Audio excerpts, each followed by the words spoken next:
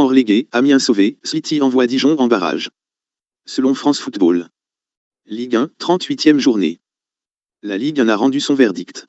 Sévère pour Caen, qui jouera en Ligue 2 la saison prochaine après sa défaite face à Bordeaux. Et joyeux pour Amiens, brillamment sauvé, tandis que Dijon jouera les barrages face à Lens pour rester dans l'élite. La leçon, éloge du 2-1 et des victoires à domicile. Amiens est maintenu, Dijon s'offre une seconde chance. C'est désormais officiel, et c'est le long chemin de croix des candidats au maintien qui se termine. Une aventure de sueur, de peur, de réussite, et enfin de courage. Surtout de courage.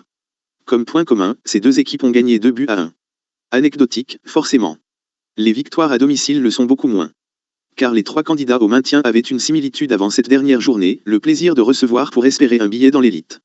Et le fructueux tandem de vainqueurs a assuré sa victoire à domicile.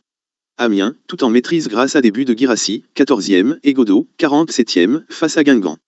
Puis Dijon, tout en renversement de situation, avec un Naïm Sliti de Gala entré à la mi-temps, voire plus bas. Caen, de son côté, s'est effondré à domicile face à Bordeaux, 0-1. Et ne peut que regretter son match raté à Dornano, un stade qui sifflait les siens au coup de sifflet final.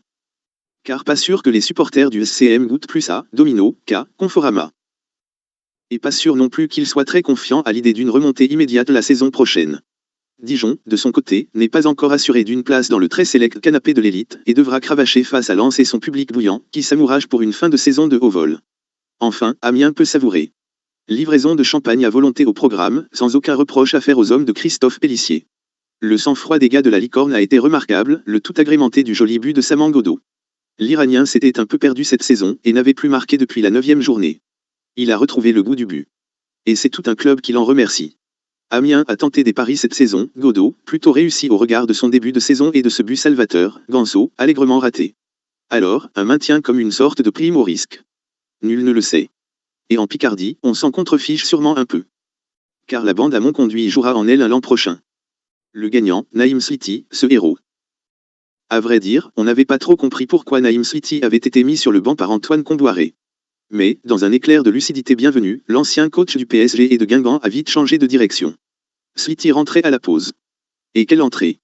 Il a tout simplement offert un sursis aux siens, qui était mené 1-0 à la pause face à Toulouse. Avec un but, 58e, magnifique, lui qui driblait un défenseur avant de conclure pied gauche. Puis une passe décisive, 62e, délicieuse, en direction d'un Julio Tavares à la limite du hors-jeu qui marquait à bout portant. Le prix de l'espoir pour Dijon, qui affrontera Lens en barrage. Sliti vous remercie. Le perdant, quand ça ne veut pas, ça ne veut pas. Voici venu le temps de la Ligue 2 et des regrets. Et Casimir, Ninga celui-là, n'y pourra rien, lui qui tamponnait plein de détermination le gardien de Bordeaux Guettant Poussin à 15 minutes de la fin. Caen a joué petit bras et a manqué de tout. De réussite, de justesse technique, d'une organisation efficace et d'individualité au niveau. Au lieu de ça, un but de Sankaré, 19e, mérité en première période pour Bordeaux et une remontada version sauf qui peut pour Dijon. Résultat, Caen est en Ligue 2.